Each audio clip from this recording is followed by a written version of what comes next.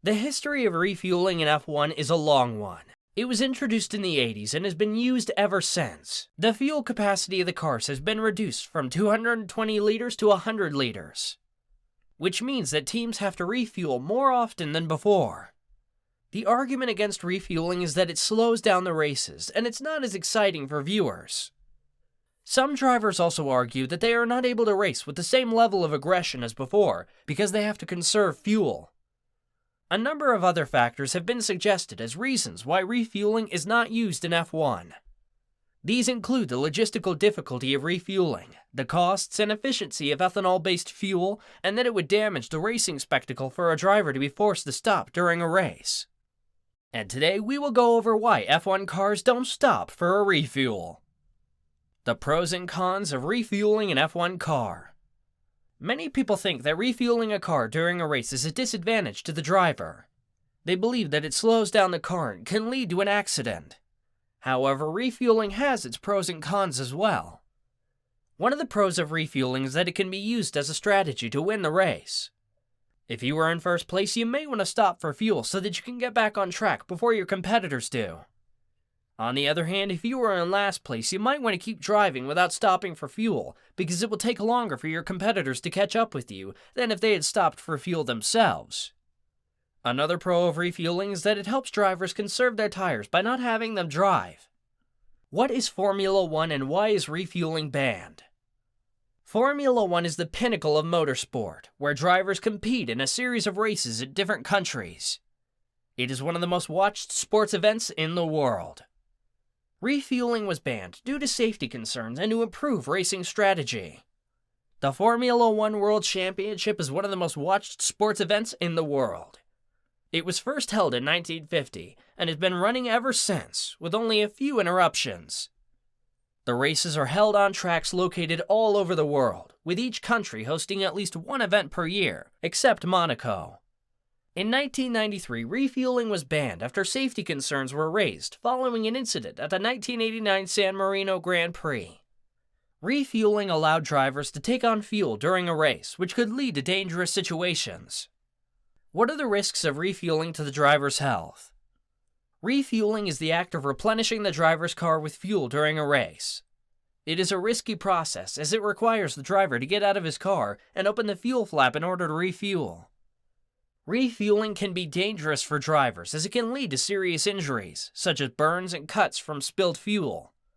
It also poses a risk for drivers as they are exposed to fumes and toxic gases, which can cause nausea, dizziness, and headaches. Also, if you guys are loving the content so far, please let us know by smashing the like button, and also make sure you hit the subscribe button. Why Formula One drivers don't have to worry about fuel consumption. Formula One is the world's most popular open-wheel racing series. The cars are designed to go as fast as possible, but not at the expense of fuel consumption. In Formula One, there are strict restrictions on how much fuel teams can use during a race. Teams have to balance speed and fuel economy in order to make it through the race without running out of gas. What are the rules of F1 fuel management? F1 fuel management is the process of refueling during a Formula One race. It is a crucial part of the racing strategy, and it is essential for the driver to know the rules for this process. The driver must refuel at their designated pit stop, which is usually after every 25 to 30 laps of a race. The car will be stopped in its designated pit box and refueled by a team member from one of the 4 teams that are assigned to each car. The FIA has strict rules about what can be done when refueling during a race, and these rules are enforced by marshals who are positioned around the track to enforce them. For example, drivers cannot leave their cars unattended while they are being refueled, or they could face disqualification from that event or even suspension.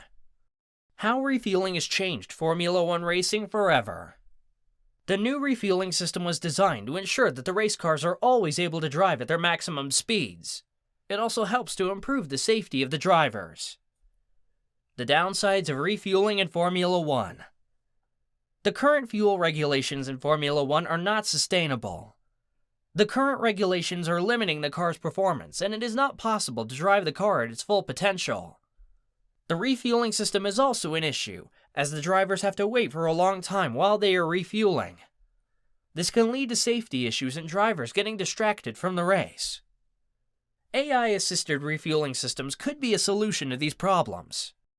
They can make sure that this process happens more quickly and with less risk of human error. It will also allow the driver to focus on what they should be doing: racing. One of the most challenging aspects of Formula One is refueling. It takes a lot of time and effort to refuel, which is why a lot of drivers opt for the quicker option and only do it once during the race. Formula One has been working on an AI-assisted refueling system that would be able to take over from the driver when they need to refuel.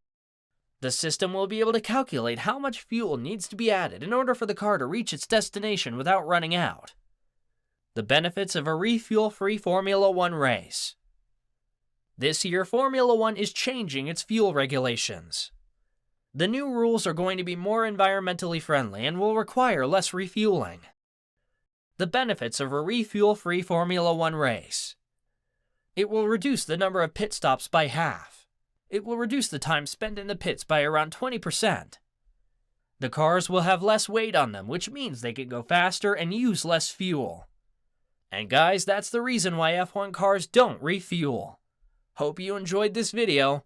Let me know your thoughts in the comments. See you in the next one.